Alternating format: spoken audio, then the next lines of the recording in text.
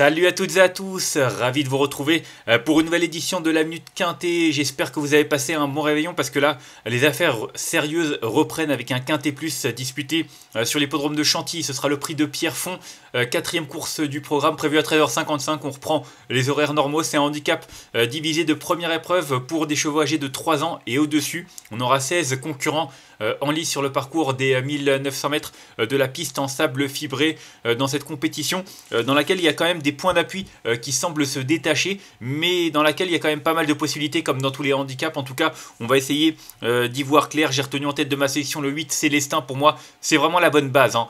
Célestin, il coche toutes les cases. Ce ne sera pas forcément le premier favori, mais je trouve qu'il a vraiment un profil de premier favori parce que non seulement il reste sur deux excellentes tentatives dans cette catégorie, troisième dans la course référence disputée le 3 décembre à Deauville, et auparavant il avait terminé deuxième d'un quintet sur ce parcours, c'était il y a un mois et demi de cela. Donc un cheval qui est proche de sa course, qui est compétitif à cette valeur, qui est bien placé dans les stalles de départ, qui s'entend bien avec son partenaire David Breux.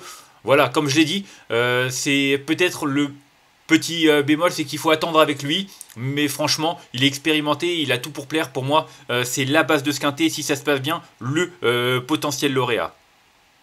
Ensuite, j'ai retenu en deuxième position là, c'est Splendino. Je l'aime beaucoup, Splendino. J'adore son profil. Déjà, c'est un pensionnaire d'Henri Expantal que j'aime beaucoup. Mais en plus, il a deux très bonnes courses dans les jambes après avoir été écarté des pistes pendant plusieurs mois. Quatrième sur le sable de Pau et puis deuxième en dernier lieu toujours sur le sable de Pau. Alors, il n'a couru qu'une seule fois dans cette catégorie. Non, pardon, il a gagné un quintet. J'avais pas vu en 36,5 en tout début de carrière à l'âge de 3 ans.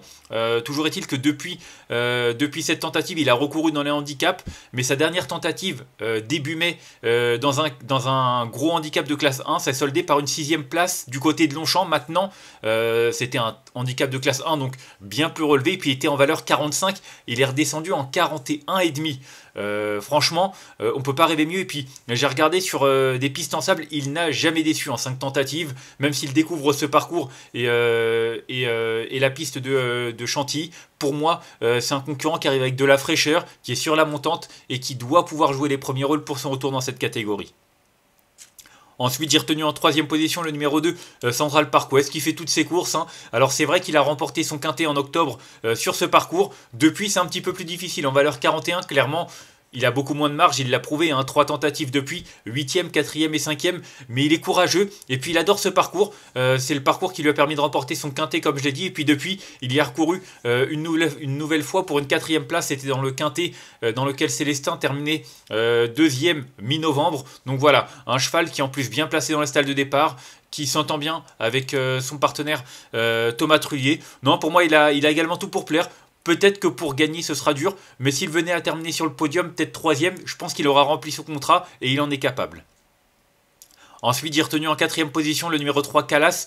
J'avoue que j'ai failli le retenir plus haut maintenant. Ce numéro 16 dans les stalles de départ me déplaît tout particulièrement. J'aime pas du tout quand il y a des numéros pardon, qui sont défavorables dans les stalles, et c'est vrai que là pour le coup on peut pas rêver pire. Alors maintenant il a terminé 4e du quintet référence disputé début décembre sur l'hippodrome de Deauville, donc clairement il est en forme après avoir eu droit à un break qui lui a fait vraiment le plus grand bien. Pour moi il a la pointure d'une telle épreuve, il l'a prouvé en 39,5, que ce soit sur le sable de Deauville ou alors sur la piste de Longchamp, il s'adapte à tous les parcours. C'est un cheval qui a beaucoup de dureté et qui a encore un petit peu de marge à ce niveau là, donc voilà, s'il n'avait pas eu ce numéro 16, je l'aurais retenu 2-3e. Là, faudra que ça se passe bien pour qu'il espère pourquoi pas monter sur le podium, mais avant le coup, je vois plus pour une 3, 4, 5e place. Ensuite, j'ai retenu en 5e position le numéro 14, Tilila. Je l'aime beaucoup aussi, cette pouliche de 3 ans. Je sais pas, ils ne sont pas beaucoup de 3 ans à affronter leurs aînés. 1, 2, 3, 4, 5, si quand même 5-3 ans au départ de cette compétition. En tout cas, Tilila, elle a montré de la qualité dans cette catégorie à plusieurs reprises, même si c'est vrai qu'elle avait un petit peu déçu l'avant-dernière fois en terminant seulement 8e. C'était seulement réservé aux 3 ans. Là, en dernier lieu, c'était un peu mieux face à ses aînés. C'était d'ailleurs sa première face aux aînés et elle a bien tenu sa partie. Elle est bien placée en bas de tableau. J'aurais préféré également un meilleur numéro dans les stalles de départ, mais pour moi c'est une pouliche qui est capable de remporter un quintet à cette valeur. Donc voilà, peut-être qu'elle est encore un petit peu tendre pour pouvoir s'imposer, mais je trouve qu'elle a quand même pas mal de choses à faire valoir et je lui fais vraiment confiance pour prendre une bonne place. Ensuite, j'ai retenu en 6ème position le numéro 6 Saint-Etienne qui vient de remporter une deuxième épreuve. Hein. C'était justement la deuxième épreuve du quintet disputée le 3 décembre. Et c'est vrai qu'auparavant, il avait déçu dans le quintet du 12 novembre, dans lequel Célestin faisait l'arrivée en compagnie de en compagnie de Central Park West. En tout cas, là, il a prouvé qu'il était revenu au mieux. En plus, c'est un cheval qui, l'an passé, avait fait l'arrivée de quintet en 38,5. Tenez-vous bien, depuis sa victoire, il est pris en 38,5. Donc, clairement, pour moi, il a encore de la marge. Il adore les pistes en sable. Et c'est vrai qu'avant le coup, il a un bon numéro dans les stalles de départ. Et il fait partie, pour moi, des belles chances théoriques, tout du moins, pour les 3, 4, 5e places. Voire mieux, hein, s'il est vraiment au top. Ensuite, j'ai retenu en 7ème position le numéro 11, Jimanzor, un cheval qui a montré des capacités, mais qui n'a pas forcément une si grosse marge de manœuvre que cela. Il a couru 2 quintés pour 2 6e places. C'est vrai qu'il a fait l'arrivée de handicap 2e du côté de Marseille Vivo sur une piste en sable. Donc voilà, piste en sable aussi. Il a prouvé qu'il était capable de bien faire. Mais j'ai l'impression qu'en région parisienne, comme ça, peut-être que... il a un petit peu moins de marge dans les gros quintés de bien composés. Mais en tout cas, cette valeur, il a prouvé qu'il était compétitif. Donc attention, son entourage qui effectue le déplacement à Nicolas Perret. Donc je pense qu'il faut vraiment s'en méfier, même si j'avoue qu'avec le numéro 14 dans les stades de départ, ça hypothèque peut-être une partie de ses chances. Il est vraiment pas hors d'affaire pour une petite place.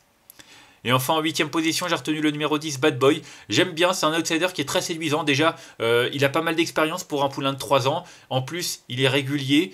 Certes, il vient de terminer seulement 5ème d'un réclamé, mais il a prouvé sa valeur dans les handicaps. En 37,5, il en a déjà remporté un en 35 cette année. Donc voilà, c'est un cheval qui est brave, qui fait toutes ses courses, qui est correctement placé dans les stades de départ. Peut-être qu'il a aucune marge pour pouvoir jouer les premiers rôles, mais je trouve que pour une 5ème place, ça peut être un outsider très séduisant et très amusant.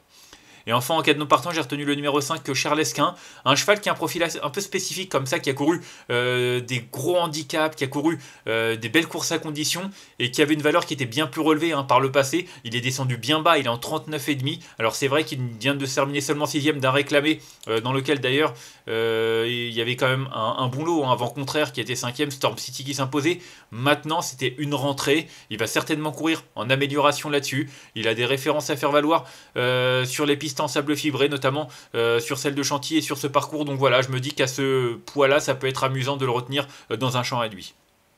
On va faire un petit récapitulatif de ma section avec le 8 que j'ai retenu devant l'As, le 2, le 3, le 14, le 6, le 11 et le 10. Et en cadenas partant, le numéro 5.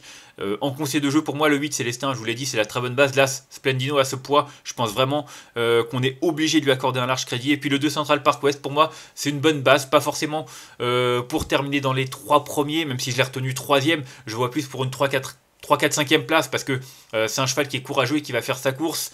Mais voilà, ça va être à mon avis une question de parcours clairement parce que l'arrivée va être assez serrée et justement, il faudra faire les bons choix de base pour pouvoir s'en sortir. En tout cas, moi je vous remercie une nouvelle fois de m'avoir suivi pour cette nouvelle édition de la Minute Quintet. On va se quitter là-dessus. Si vous avez aimé cette vidéo, n'hésitez pas à la liker, à la partager ou encore à vous abonner à notre chaîne YouTube en cochant la petite cloche pour être au courant des prochaines vidéos. On se retrouvera demain, ce sera du côté de Vincennes bien entendu, avec le meeting d'hiver qui continue. En attendant, je vous souhaite une excellente journée et de bons jeux à tous. Bye bye.